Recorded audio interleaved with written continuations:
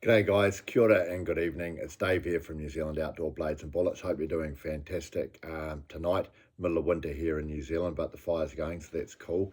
I'll do a video tonight on a fairly uncommon cartridge for deer hunting in the Southern Hemisphere, or in New Zealand at least, and that is the 8x57. And here's a box of it here, 8x57 Norma. And here's a cartridge here. Who the hell uses an 8x57 these days? Well, actually, I do. It's one of my go-to rifles. I'll come back to that later. But for those of you in the know, the 8x57 has been around for well over 100 years. It was developed by the German military in the late 1800s for use in their Mauser rifles, and was used to great effect by their forces in World War One and World War Two. And a bit of family history here without sounding macabre, but my dear old great uncle Lester, New Zealand Mounted Rifles, tragically lost his life in Palestine in World War One, and he was actually killed with one of these. The Germans used this very, very successfully. They typically used 196 grain Spitzer projectile that was being shot at about 2,700 feet per second, and it produced similar sorts of performance to both the 3006 Springfield and the 303 British, possibly the 3006 Springfield, or definitely with slightly higher velocity, slightly flatter shooting. But all three of the cartridges, 8x57, 303 British and 3006 Springfield, which were all used during the First and Second World War by various countries, were relatively similar in performance. It's obviously got a 57mm case, so you can stack quite a bit of gunpowder in there. What is interesting about it is it's actually not full 8mm. The projectiles are 7.92 millimeters wide, but this is typically quite wider, larger projectile than what many people use for hunting in this country, at least.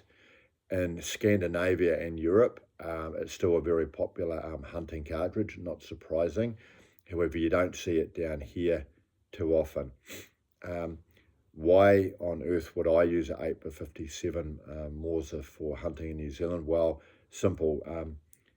Years ago, I was out hunting with a buddy of mine, and he had an old 8x57 Mauser, and I just liked it. I fired it, and it was just nice to shoot, and it was very capable at knocking down deer. So I thought, oh, when I come across one of these, I'll get one. And I found a beautiful G3340 Mauser rifle, and I've taken many, many deer with it.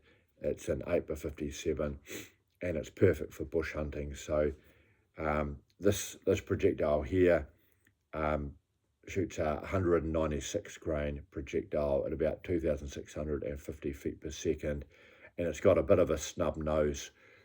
So you can imagine, particularly for close and medium range hunting, this is a hell of a lot of energy transfer on a deer when you've got a 7.92mm projectile, 196 grain going 2,600 feet per second. That hits with a huge amount of energy, and I've found it's absolutely devastating on big red deer, noting that a lot of the hunting I do these days is relatively close range. The downsides of the 8x57, well, it's not actually chambered in that many rifles these days. The good news is if you come across an old Mauser, you can pick them up very, very cheaply, like an old Husqvarna Mauser or even a military Mauser, and you can get yourself a really, really good deal. But again, very, very capable cartridge. The downside is, to be honest, with the 8x57 Mauser, is it's not as flat shooting as your standard cartridges, like your 708, your 308, your 270. They're all flatter shooting than this.